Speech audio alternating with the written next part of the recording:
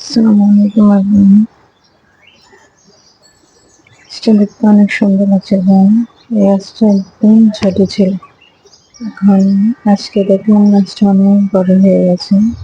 গাছটাতে অনেক ফুল ফুটছে, পুরো গাছে ফুল ভরে গেছে, অনেক সুন্দর গাছটা। সকালবেলা এরকম একটা দৃশ্য দেখলে চোখ জুড়িয়ে যায়। সবুজ দেখলে চোখের জন্য ভালো নাকি। আজকে আমার জন্য আমি একটা রেসিপি নিয়ে আসছি। এটি চট্টগ্রামের বিখ্যাত অনেক পুরনো একটা ঐতিহ্যবাহী খাবার। এটিকে ফুটিয়ে কবির সেমাই বলে। আজকে আমি বানাবো সেমাই পোলাও। সেমাইগুলো বানানোর জন্য প্রথমে সেমাইটা সিদ্ধ করে নিতে হবে, ভালো করে সিদ্ধ হওয়া পর্যন্ত অপেক্ষা করতে হবে। সেমাইটা সিদ্ধ হতে মোটামুটি অনেকক্ষণ সময় লাগবে। এই সেমাইটা সিদ্ধ হতে অনেক সময় লাগে, দেখতে অনেকটা নুডলসের মতো মনে হয়, হলেও সময়টা খেতে কিন্তু অনেক মজা। আমার অনেক ভালো লাগে এই সময়টা। এই সময়টা পোলাও করে খেতে ভালো লাগে বেশি।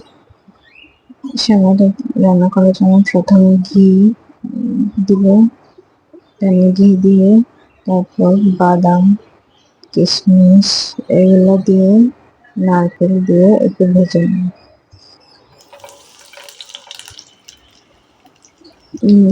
ততক্ষণ পর্যন্ত ভেজে নেবো যতক্ষণ পর্যন্ত এটা একটু রোস্ট হয়, একটু ক্রাঞ্চি ক্রাঞ্চি ভাব আসে। তারপর আমি দিয়ে দেবো দুইটা এলাচ। এলাচ দেওয়ার পরে আর একটু সামান্য ভেজে এখানে চিনি, লবণ, নারকেল সব কিছু দিয়ে একটু ভালো ছেড়ে যতক্ষণ চিনি না গলছে ততক্ষণ পর্যন্ত নাড়তে থাকবো।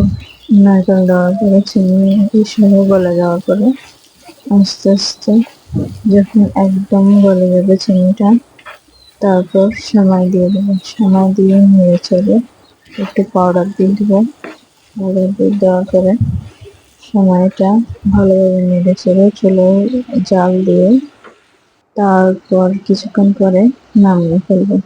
নামানোর একটু পরে হালকা ঠান্ডা হওয়ার পরে যখন এটা খাবো, এটা আসলে অনেক মজা। আপনারা বাসায় বানিয়ে দেখবেন। আপনারা এটাকে চেনেন কিনা জানাবেন। এটাকে আপনাদের ওখানে কি সেমাই বলে বা পাওয়া যায় কিনা। এটা আসলে অনেক মজা, একবার ট্রাই করে দেখবেন। আমার অনেক ভালো লাগে, আপনাদের কেমন লাগে জানাবেন।